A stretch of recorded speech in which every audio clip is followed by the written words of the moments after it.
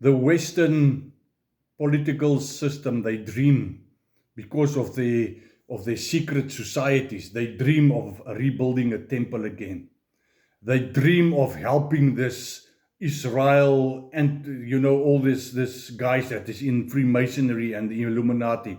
They want to build this temple again. But let me tell you that no physical temple can save you.